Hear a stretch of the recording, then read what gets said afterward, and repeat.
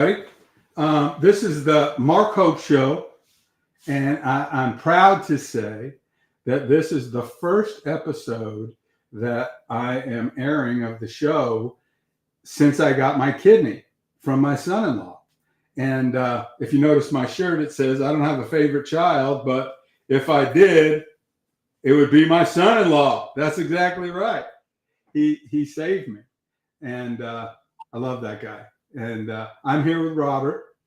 Robert, why don't you tell the people about your organization and what you're doing out there in the world for people that are struggling with kidneys and dialysis and all that kind of thing. You have a very unique story.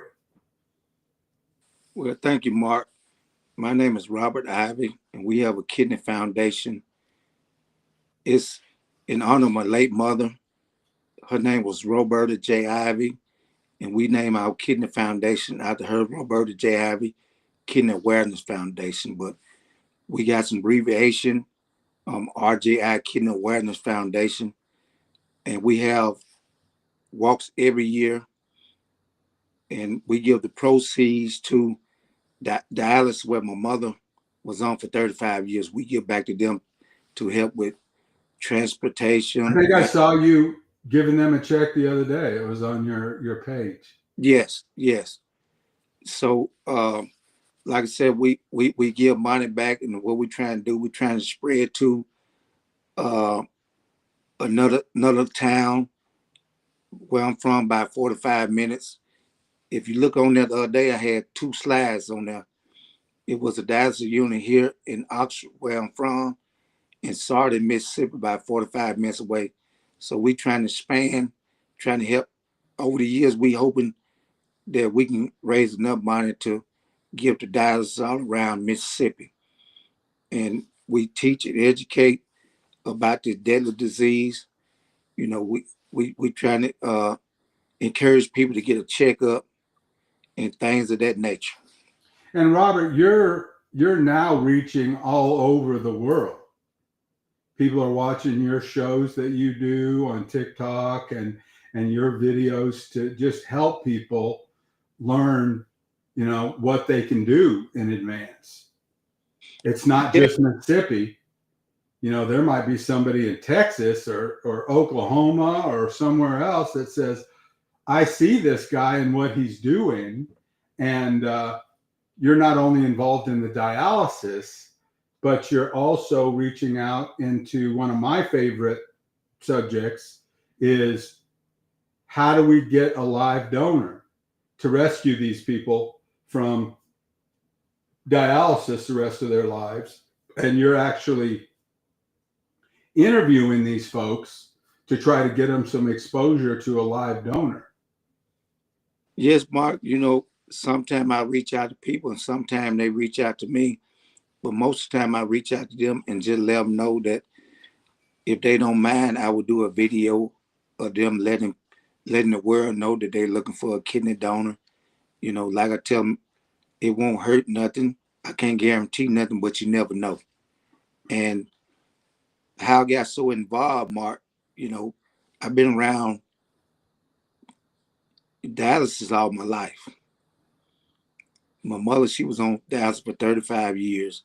Now, is And I, she on hemodialysis? yes, Gosh, dang, that's hard on a body. She did that for 30 years 35. of hemodialysis. Yes, she was the only living patient in Mississippi at the time that was on dialysis for 35 years. And that's hard on a person. That's You very go hard. 3 days a week and it beats you up when you're in there. And so, you know, just seeing what they were doing to her, like I said, we had some nice time, but you know, she had close call to death, you know, and eventually she got tired. Then when they started talking about kidney transplant, she was like, she had been on there so long, she just didn't want no transplant. And she used to, it was two of us, me and my sister, and she used to take us to the doctor to get our kidney checked because she didn't want the same thing happen. But unfortunately, when my sister and myself, my sister and I, we got grown, you know, I found out I had kidney disease, but it was at an early stage. And my sister, when she found out, she was in kidney failure. So, Mark, just think about the trauma of watching our mother go through this. And then now they saying, okay, you need to get on dialysis, and she got to get on dialysis. And just think about what they do to a person when you already seen it firsthand. Well, you've been watching it since you were a small boy, right? Right, correct. But I still wasn't educated about it. What was But going through your mind when they told you that after you'd watched your mother so many years? well, Mark, I felt down after when they were telling me, like mine was a long process. It was over the years, you know, my kidneys, I had kidney disease, but it started failing on me over the course of the years. And when they told me that I need to get officially start dialysis, you know, cause they're gonna be pretty soon, you know, I felt devastated. You I know, bet. I was angry, I was mad, but I never did show it. You know, people, they didn't know on my job. Some friends didn't know. They knew that I had kidney disease, but they didn't know that I needed kidney. Church people, they didn't know until the last minute. But you know, my sister, she found out about her, and she was so devastated. She said she wanted to get a divorce from her husband. Of course, she didn't mean it, but when they tell her you got to get on dialysis, like tomorrow, we got to put it in your neck, and, you know, until you get your fistula. But she did PD, peritoneal dialysis. So that broke us down, Mark. That broke us down.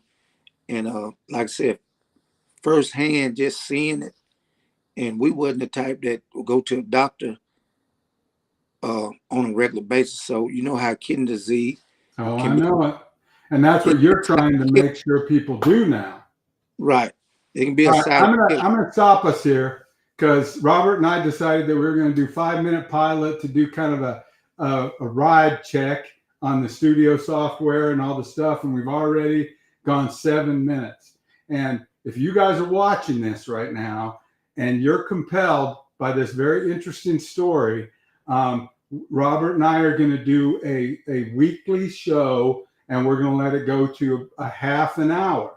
So you guys will get an alert when we're going live, and you can actually comment in the sidebar, and you can watch the show live, or you can watch it every week in the rebroadcast. And we'll show you in the show notes where Robert's information is, how you can get a hold of us at the Hope Foundation, and all the different things that we're doing. So if you think any of this stuff was interesting, which I know you do, we're teasing you a little bit today with a little bit of an 8-minute deal so we can check our books. But tune in regularly. Robert is doing some very, very godly things for some people Appreciate it. that have no hope.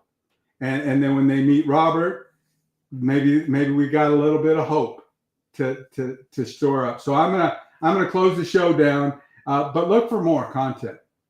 Thank you, Robert. I appreciate your